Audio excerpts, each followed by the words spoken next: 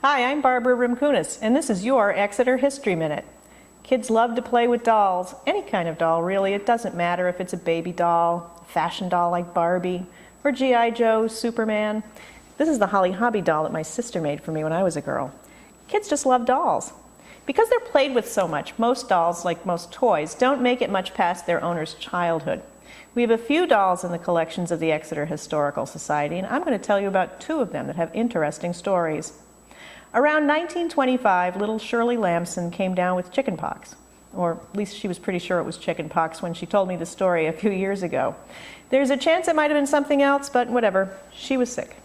In her misery, she was visited by a family friend, Henry Shute.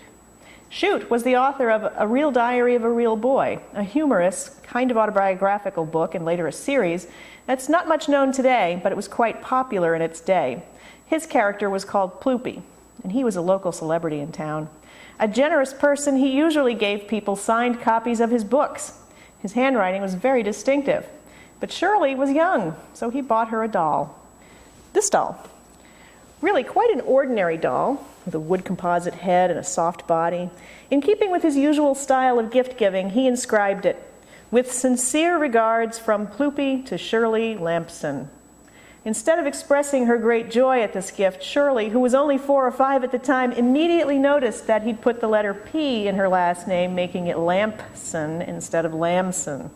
You can't erase a doll, so Shute flipped the doll over and inscribed the front, "Sorry, I spelled your name wrong." She kept the doll all those years, and now it's part of our collections, a charming little piece of Exeter history. Another doll in our collections has a more tragic tale. This German wax doll named Christine was given to Christine Murphy on the day she was born in 1898. This doll was too special to play with, so it was carefully kept in a trunk. The Murphys owned a bakery on Water Street, and in 1919, this doll, along with some others, was used for part of an Easter display in the front window.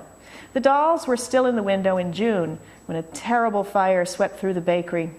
The Murphys' son Forrest, who was a young teenager, died in the fire. The dolls in the window were horribly melted. Years later, Christine's sister had the doll re-waxed. It has a wood composite base under the wax and had all the clothing repaired. The only original clothing are the shoes and stockings. In 1992, she became part of our collections and is usually on display in our meeting room.